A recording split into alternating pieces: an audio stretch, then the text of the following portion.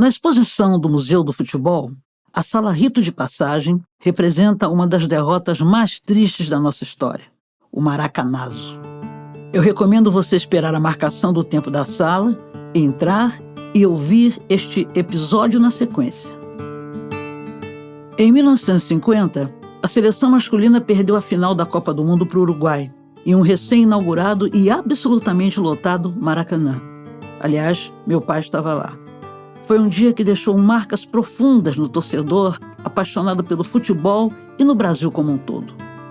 Mas aqui a gente vai falar de um outro rito de passagem, que não durou só um dia e que também deixou marcas muito profundas no esporte, na sociedade e na cultura brasileira. Eu estou falando das 4 décadas da proibição do futebol das mulheres. Enquanto o futebol masculino só crescia, o feminino sobrevivia de forma clandestina.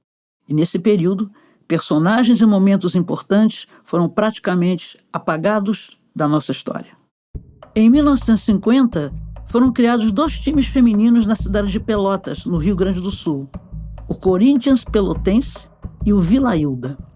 Isso, apesar da proibição oficial, sempre bom lembrar.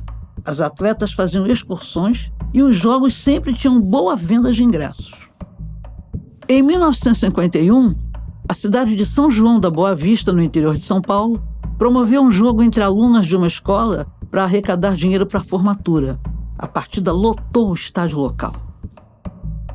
Outra equipe de adolescentes que enfrentou a proibição e chamou a atenção foi o Araguari Atlético Clube de Minas Gerais. Elas precisavam arrecadar fundos para a escola da cidade e sugeriram que o Araguari jogasse uma partida beneficente. A sequência de jogos acabou levando a equipe para Belo Horizonte para disputar uma partida no estádio do Independência. Sabe quanta gente foi assistir? 20 mil pessoas. As atletas e os dirigentes se empolgaram com o sucesso do time das mineiras e quiseram profissionalizar a modalidade. Mas essa exposição toda acabou com a iniciativa. Alguns dizem que a igreja fez pressão para o clube fechar as portas. Outros dizem que foi a Confederação Brasileira de Desportos, a CBD, que mandou parar aquela história de mulher jogando em estádio lotado.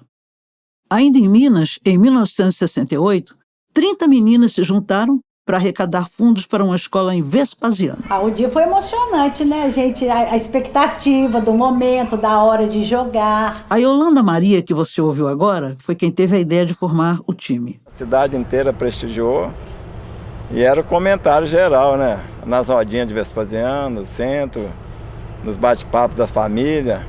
Uns pais não aceitavam aquilo, mas acabou que as mulheres chegaram e falaram que ia jogar e jogou. Esse é o Buião. Ele foi atacante do Atlético Mineiro e do Corinthians e era irmão das 2 melhores jogadoras do Vespasiano. Ele deu o pontapé inicial da partida contra a Oficina. O estádio estava lotado. Teve cobertura de imprensa e tudo. Mas aí isso atraiu as autoridades, que chegaram para acabar com aquela ilegalidade. Essas são só algumas das histórias. Tem ainda a equipe de domésticas, organizada pela Clarice Pereira da Silva, de Jaú, as equipes do Anil e do Aurora, no Maranhão, os times de estudantes de Bauru, as jogadoras do Decididas, em Mesquita, no Rio. O que não faltam são casos de mulheres que jogavam bola, desafiando a lei. Nesse tempo todo de proibição, o Brasil não teve uma seleção nacional feminina.